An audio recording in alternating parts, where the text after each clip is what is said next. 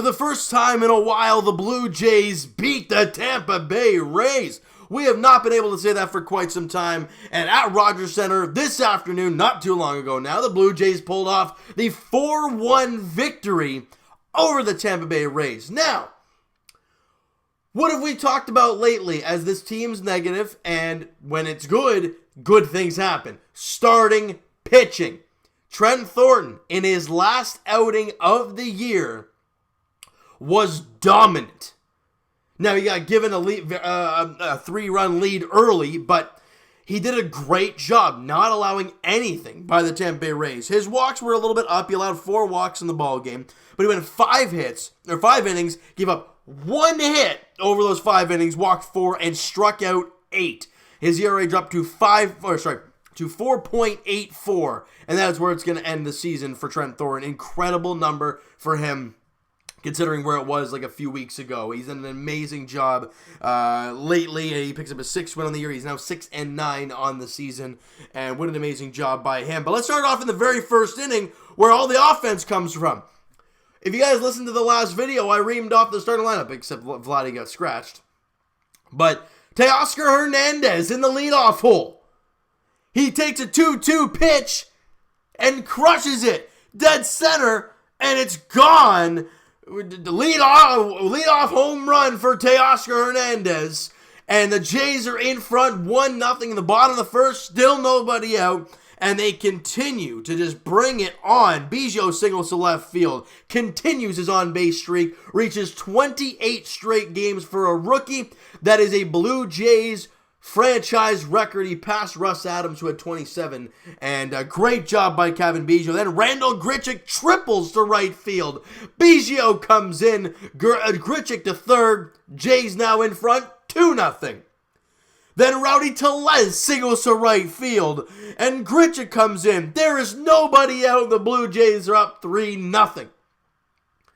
An incredible job by the Jays offense, getting on the board early and allowing Trent Thornton to just absolutely cruise through 5 innings. And the bullpen does a pretty good job afterwards. Jason Adam, who's been unbelievable lately, went an inning, didn't allow a hit, walked 1 and got a strikeout. Great job for him. His ERA is now 3 even. So he's done an amazing job this year. Sam Gavilia went 2/3 of an inning, gave up 1 hit, 1 run. It was the home run to Matt Duffy to make it a 3-1 ball game at the time. And Buddy O'Shears came out, faced 2 guys, and struck them out, including Austin Meadows, a Blue Jay killer this season. So great job by him. Derek Law came in through 2/3 of an inning, gave up a hit, and that was it. And then Ken Giles comes out for the 9th inning and has a quick one. Ken Giles did a fantastic. I'm trying to see the pitches, how many pitches he threw. He threw 10 pitches and got a strikeout. No hits, no walks for Ken Giles. A clean job for him. Picking up his 23rd save on the year, dropping that ERA to 1.87. And an incredible job by Giles, shutting the door down in the 9th inning. But the Blue Jays add on a run in the bottom of the 7th. And I love how they did that. They didn't just stay with the 3 and kind of rode it out the rest of the game. They added on late. An amazing job there. Where is it here? Danny Jensen singled to center field with 1 out. And then Richard Urania doubles to left field. Danny Jansen comes in, and the Jays are up 4-1. Or I guess 4-1. Yes, exactly that. And an amazing job there, getting that 1 run right back. They gave up the home run to Matt Duffy in the top half. They got the RBI double from Urania in the bottom half to score the run and bring their lead back up to 3.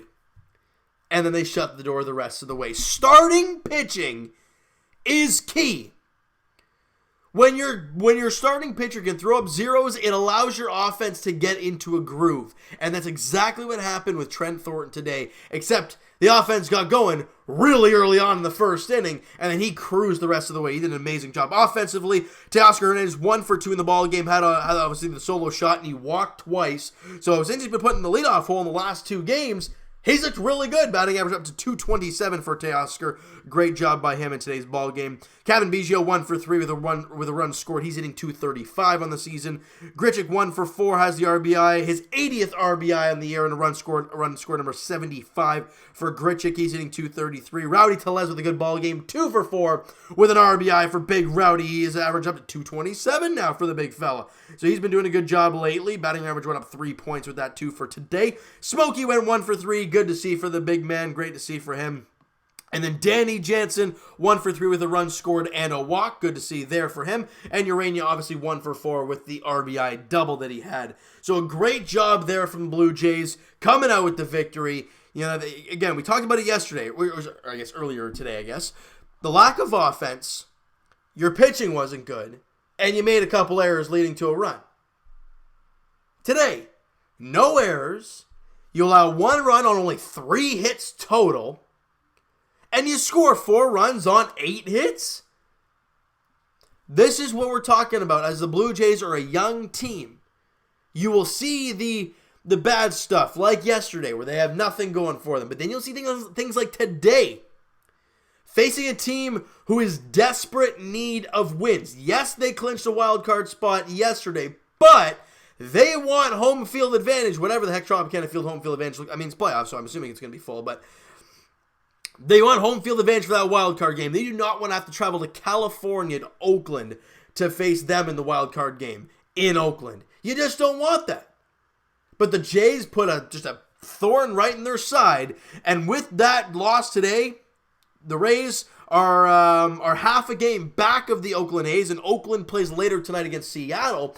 And if that's the case, then and Oakland finds a way to win that ball game, then that forces the Rays to win the game tomorrow against the Blue Jays. And if they lose, if the Jays find a way to win that game, and for some reason the Oakland A's lose, or if they win, if Oakland wins tonight and tomorrow, it's done. So for the Blue Jays, they could have just put a real thorn in the side of the Tampa Bay Rays. So it's going to be interesting to see how it all plays out though tomorrow.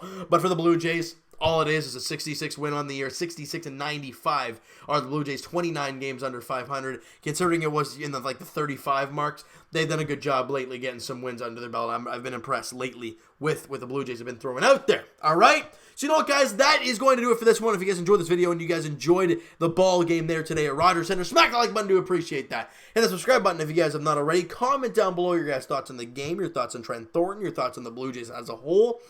And, I want to hear your guys' thoughts because tomorrow is the last game of the season for the Toronto Blue Jays. It is crazy. 162 have almost come and gone.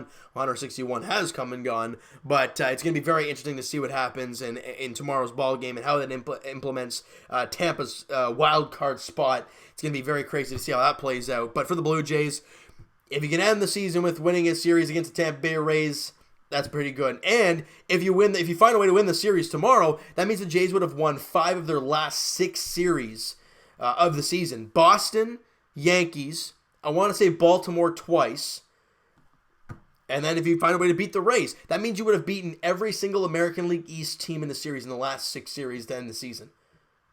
Pretty impressive. Now, that all depends on how they do tomorrow, right? So, guys, check out Mo Buckets on Twitter, guys. Blue Jays Wave on Instagram. The podcast has been recorded and uploaded, guys. Episode 2 of the Blue Jays Banter podcast is now on iTunes, now on Apple Podcasts. So if you guys want to go check that out, it was a great time recording it with the guys today. And I can't wait to do next week's episode because that's what it's going to be, all fan comments. So if you guys want to go crazy with that for them on Blue Jays Wave, go crazy, guys. Once again, Blue Jays Wave on Instagram. Go check it out. All right, Twitter is down below for myself. Follow up, send me a DM, do all that great stuff.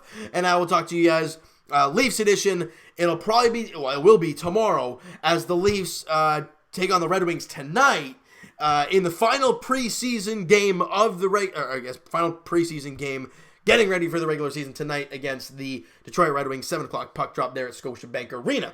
And as for the Blue Jays, like we've talked about, they wrap up their season against the Tampa Bay Rays at Rogers Center tomorrow afternoon. It's a 3:07 first pitch there. Blake Snell, Clay Buchholz. That is the pitching matchup there tomorrow in the finale of the series and in the finale of the season. All right? So, guys, thank you so much for listening and watching. Hope you guys enjoy this video. Talk to you guys then.